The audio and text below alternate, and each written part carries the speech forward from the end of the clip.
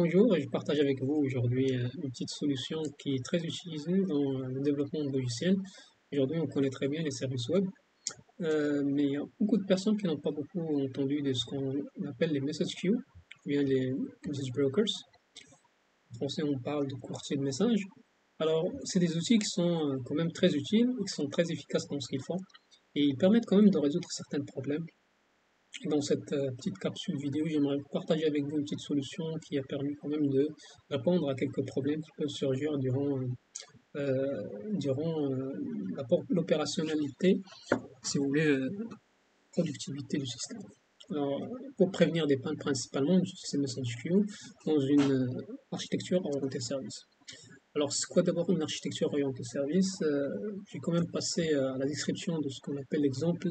Dans mon cas ici, c'est une solution qui permet de déposer des commandes en ligne pour livraison de nourriture. Et bien évidemment, c'est simplement une architecture orientée service qui est très simplifiée ici. Dans le cas, vous allez voir que c'est très simplifié. Mais généralement, les services web, ils permettent généralement de découper en fait les composants du système et d'offrir une solution qui pourrait être plus efficace et plus résiliente. Mais elle n'est pas sujet de perfection. Elle connaît quand même des petites, comment dire, pour reconnaître des pannes. C'est l'objectif de notre vidéo ici. Si vous voyez ici, j'ai mis deux services. Il y a le worker service, il y a le mail service. Alors, ces deux services, c'est le principal service qui compose notre architecture ici. C'est juste pour rendre l'exemple simple. Alors, le client va déposer sa commande via soit cellulaire, via une table qui est disponible dans le restaurant. Il dépose sa commande. La commande est traitée par le worker. Le worker, il va envoyer les datas, il est stocké dans la DB, puis envoyer la demande au staff qui vont travailler derrière dans la cuisine pour traiter cette demande, puis faire la préparation de la nourriture. Alors, ce qui reste, c'est qu'on devrait notifier le client comme quoi sa commande, soit il est en cours de préparation, soit il est déjà traité, soit il ne sera pas traité pour des raisons qui peuvent arriver, etc. On utilise le mail service. Mail service, il va recevoir les commandes, ou bien si vous voulez, il va recevoir l'ordre directement de la part du worker qui va lui dire d'envoyer la facture avec les détails au client. Alors si on imagine qu'il y a une panne qui est ressurgie pour des raisons qui peuvent être plusieurs, au niveau du mail service, alors il se peut que le worker service, durant la communication des informations vers le mail service, ces informations soient perdues.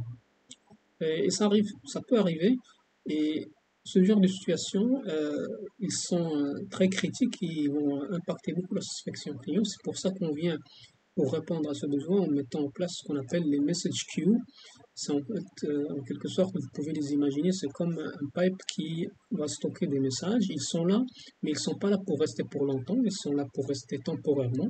Généralement, ils peuvent avoir une durée qui peut aller jusqu'à quelques jours, mais ils sont là pour être consommés rapidement et traités. L'objectif, c'est de persister ces messages et de rendre le système asynchrone plutôt que synchrone. Bon, ici, comme vous pouvez voir, j'ai rajouté une message queue dans cette petite design qui permet d'être un intermédiaire entre le worker service et le mail service. En cas de panne, les messages ils vont rester persistés dans la queue. S'il n'y a pas eu un message qui a été traité, bien sûr, le mail service va le reprendre à tout moment à partir de la message queue et le traiter, puis servir le client avec les détails de sa commande ou bien le statut de sa commande. Voilà, j'ai donné quelques exemples ici de message queue ou bien message brokers. Alors, il y a RabbitMQ qui est très connu, qui est très utilisé. C'est quand même des outils, ça je parle d'outils qui sont utilisés en local, Apache Kafka aussi. Pour ce qui concerne la partie cloud, il y a Azure Service Bus qui est très connu et Amazon Simple Messaging Services. Voilà, si vous avez apprécié le contenu, bien sûr, n'hésitez pas à nous laisser un j'aime sur la vidéo et n'hésitez pas à partager aussi votre feedback en commentaire. Inscrivez-vous si vous avez apprécié le contenu et sa qualité. Je vous dis à très bientôt.